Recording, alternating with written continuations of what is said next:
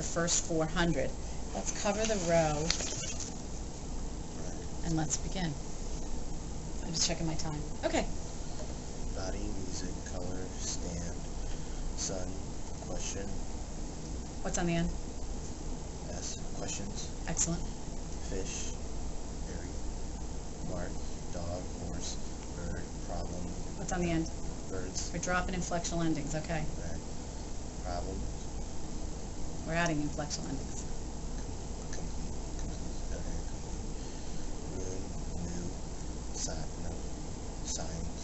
Okay, what's the vowel? What letter is that? I. Okay, so what's going to take on the sound of? Sign. Sin. Sin.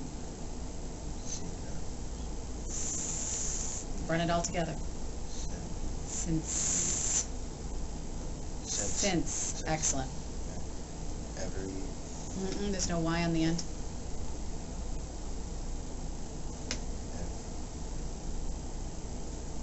You had it. And Ev. What? Yes, yeah. Excellent. That's exactly what to do by parts. Peace. Told. Unusual. Us. Not unusually. Usually. Excellent. Didn't, friend, easy. Again, there's your Friends. Yep. Hard. No. Heard. Easy and then heard. Excellent. Red, door, shore, become, top, ship, across, today, during, short, better, best, however, low, force, hour, Excellent. black, predict,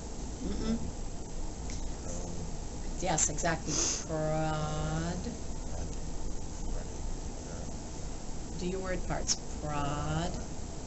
Ox. Excellent. Happen. Hold. You need to put new carpet in the room. What are you going to do? Measure. Okay. Remember, EAR has one sound.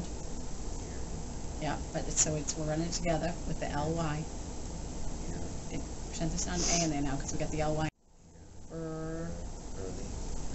Leave, reach. Listen, win. Rock, space. Cover, fast. Signal. Word part it. Remember phonics. What does each word part have to have in it? A vowel. A vowel, absolutely correct. So when you word part it, you got sev. Several. Yes, excellent. See how you have a vowel in each part. Hold, himself. I pointed it toward. Excellent. No S on the end. 5, step, morning, pass, valley. Vowel, that's what we were just talking about. Turn, no. TR sounds like what? Turn. True. Excellent. So again, it's called the Great Wall, one of the world's 7 wonders, and this is what we're doing strictly for fluency. So I'm going to time it, but the time really doesn't matter. More stopping at the punctuation, the standard, our ritual. Okay, and begin. The Great Wall of China is one of the 7 wonders in the world. The Great Wall is very big, and it is in North China. The wall goes from east to west. It goes over mountains, across grasslands, and through deserts. The Great Wall is more than 3,000 miles long. It is about 40 feet tall and 15 feet wide. The top of the wall is more like a big road for horses and people to walk on. Because the Great Wall is so big and long, it can be seen from outer space. It took more than 2,000 years to build the Great Wall. It was built to keep the enemies out of China. Along the wall are watchtowers. A long time ago, soldiers and horses lived on the wall. These are big gates in the wall. In the time of peace, people could come and go from China. There are hundreds of steps to the top of the wall. Today people can climb to the top of the Great Wall. Many people come to visit the Great Wall every year. They climb to the top of the wall. Some of them buy a t-shirt that says, "I climbed to the top of the Great Wall." They are proud that they were able to climb to the top of the wall. Nice. 1 minute and 17 seconds. Ah, that's awesome. Okay, what book are you reading besides of Mice and Men right now? Just so, like myself? Yeah. No book. Never. What did I tell you? You got to Miss read a book. Genger's class, we have to do a book report. I'm just going to do One of the ones we did this the summer. Hunger Games. So I don't have You to didn't read the next one yet? No, I never finished the first one. Joey! Oh, that's terrible. The movie comes out soon, so I'll just watch it. Oh, I'm going to beat you with a wet noodle. Are you kidding me? You are bad. You liked that book. Yeah, I did. What? I just never got back to it, because... But we got all the way through them winning the games and everything. No, I didn't. We didn't? Well, I knew she was going to win it because the book's about her and there's more, so kind of assumed that one. I don't like I that never inferencing. figured out what happened to her friend and... What was his name? The guy that... I never found out if he died or not. Petra? Yeah. Petra, I I think. never found out them. It was like... We only got through like the second My round. 7th graders are loving those. You are just too funny. But that's something. This is one of the things, remember we talked about the 7 reading strategies, and we talked about, especially when we were reading Hunger Games, we talked about the fact that you have to constantly question yourself and constantly reread to get understanding, because when you're just reading the words, they're just words, they don't mean anything. And until you internalize it, and we talked about the 7 strategies, that was the bookmark that I gave you, and we talked about there's rereading, there's visualizing, there's questioning, there's monitoring and repairing your strategies, go back and do certain things. There's the contextual clues, which we used a lot when we were reading that part of Hunger Games. We talked about background knowledge, and you specifically talked about some things with sports and other things. Those are the kind of things. Well, this one, what we're looking for is, again, characters, but we're doing it a little bit differently based on what you're doing with the reading in high school and the things that they're asking for those. And it's drawing conclusions, and we had touched on that just a smidgen before, and we're trying to do it now, bringing different ideas and different experiences to their reading.